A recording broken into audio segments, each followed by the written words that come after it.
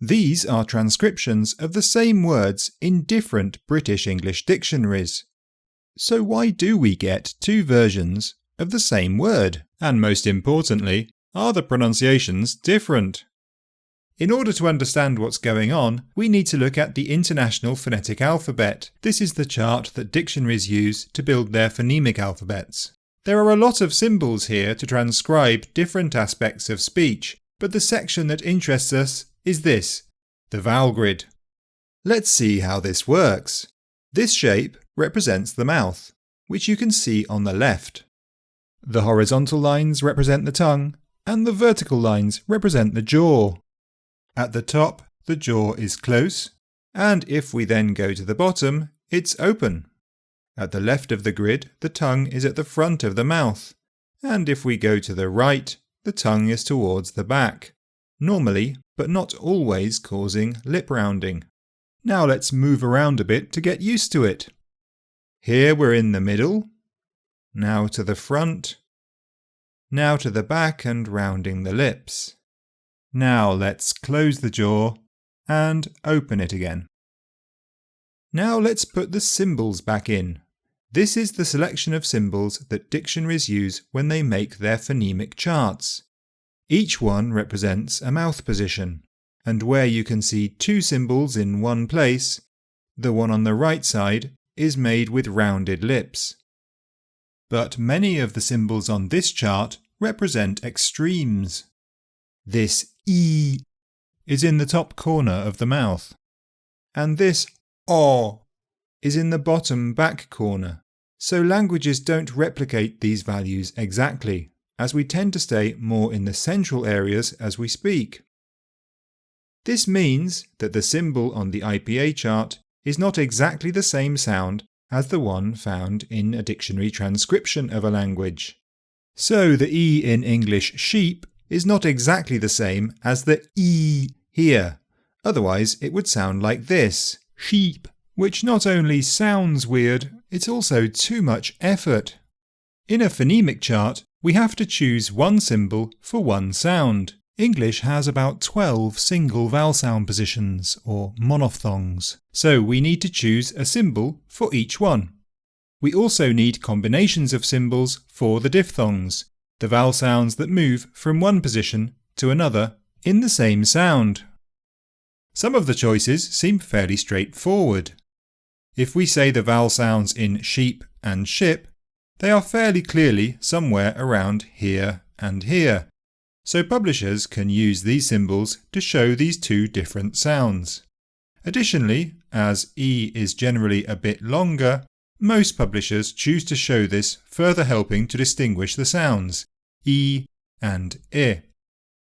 This choice was fairly clear, and in this case we haven't had to use any unusual symbols. Sheep is small I, and ship is a little capital I. So far, so good.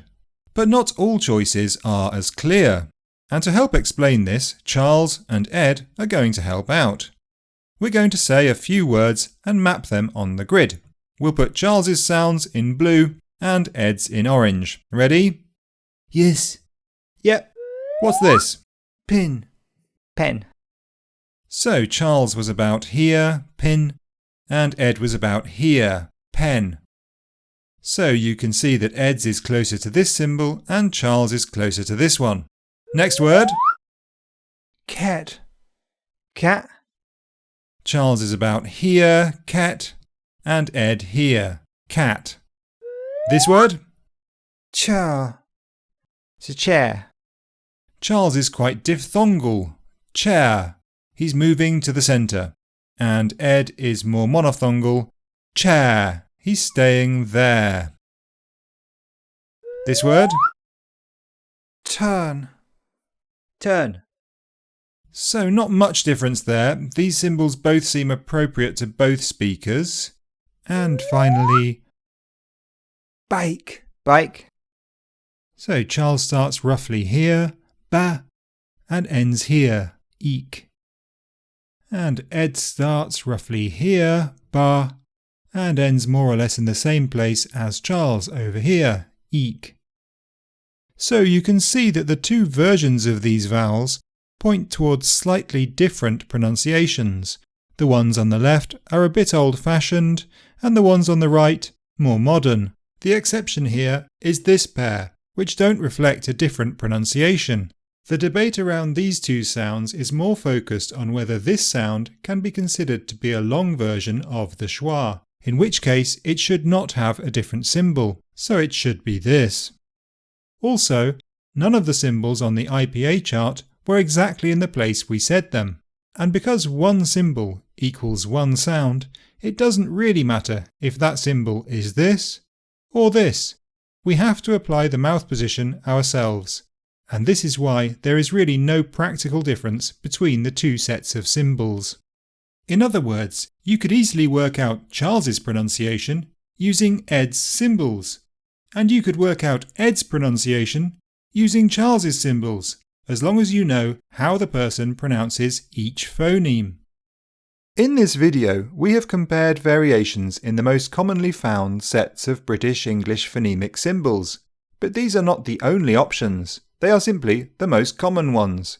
So finally, I'd like to add that some linguists propose further changes to the English IPA to match modern pronunciation more closely. If this happens, be prepared for things like this. There are some strong arguments for and against modifying the vowel phonemes. The rise of urban English accents might make any changes quickly outdated. I'll go into these things in another video, and I'll end this one with transcriptions from the first, second and third editions of the Oxford English Dictionary for the word night. Pronunciation Studio. I think it should be night, not this dreadful I business. Haven't you got more important things to do, Charles, than go on about people's diphthongs? All right, chaps, class is over now.